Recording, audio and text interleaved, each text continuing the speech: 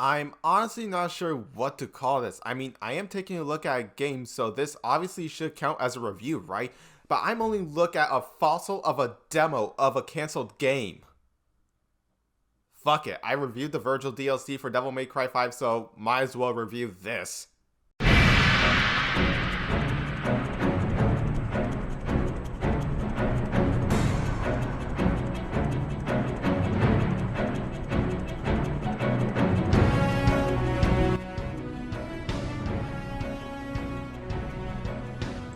Enjoy the show.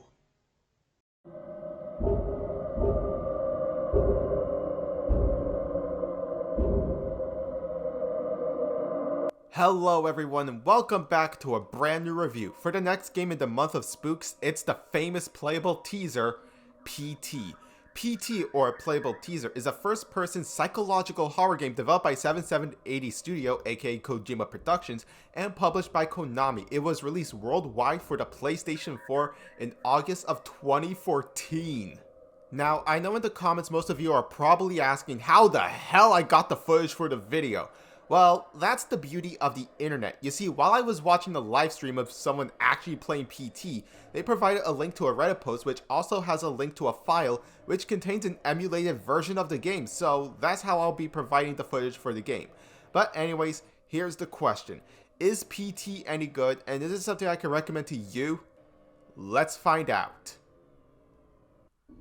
So the plot of PT centers on an unnamed protagonist who awakens in a concrete-lined room and opens a door to a haunted corridor, in which he can only walk through a hallway which continuously loops and redecorates itself.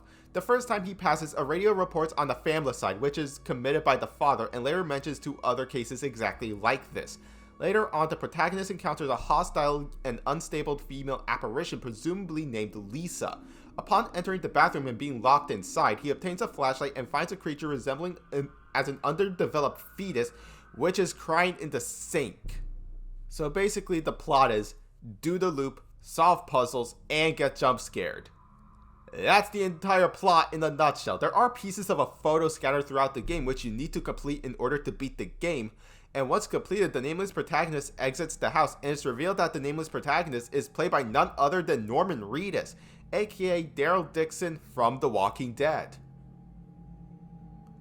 So that was the plot, and for a playable teaser, this drops a major plot. Mostly all of them can no longer be uncovered because Silent Hills has been cancelled since May of 2015.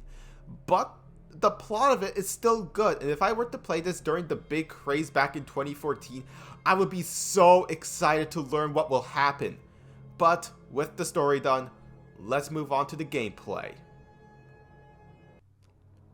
So the gameplay of PT has us in control of the nameless protagonist, who, for the sake of not saying nameless protagonist throughout the entire video, I am now calling Daryl. So you assume the role of Daryl, and the name of the game is walk, look around, get jump scared, and die. Unlike the third-person perspective of the old Silent Hill games, PT and what I would assume Silent Hills as a whole, it would go down the route of that of Resident Evil 7 Biohazard, and well, plays us in the first-person perspective. The only form of gameplay we have is the L-shaped corridor, and adjacent to it, a bathroom where we can find a deformed fetus. Didn't know Hideo Kojima and his crew were fans of Friday the 13th. As you continue, you would also need to solve cryptic puzzles, but sometimes I just suggest you use a guide. I mean, come on, the game is 7 years old at this point. Holy shit, this game is 7 years old. Anyways, overall the gameplay is okay. It is repetitive, so maybe that's why there's the frightening jump scares, and why it's actually pretty effective. Visually, this still looks amazing. Keep in mind, I'm playing an emulated version, so I can bump up the graphics to extreme so it could look like I'm playing this off of a PlayStation 5. And PT uses the Fox engine, and holy shit, if I never knew this was made on an in-house game engine, I would say this is running off of the Unreal Engine. OST is non-existent. It's just a spooky ambiance, which isn't bad, especially since to me it enhances the creep factor to PT. Now, let's recap. I think the story is pretty good, gameplay is repetitive, visually it holds up greatly, and OST is mostly ambience. So here are my final thoughts. Overall, everyone, PT is okay. It certainly held up to the test of time pretty good in the visual department, but for gameplay, yeah, I say either use a guide or just watch someone play it on YouTube. But if you are looking to play the game emulated, I'll leave a link to the website where you can download the file. It's free and it's only 1.78 gigabytes big. So in general, I'm giving PT my score of a 6 out of 10. But now, I want to know from you all, did you play PT? Did you enjoy it? And is it something you would recommend to a friend? Leave your answers and more down in the comments. Give this video a like if you enjoyed it, and while you're here, consider subscribing and turn on the bell to be notified whenever I make a new video.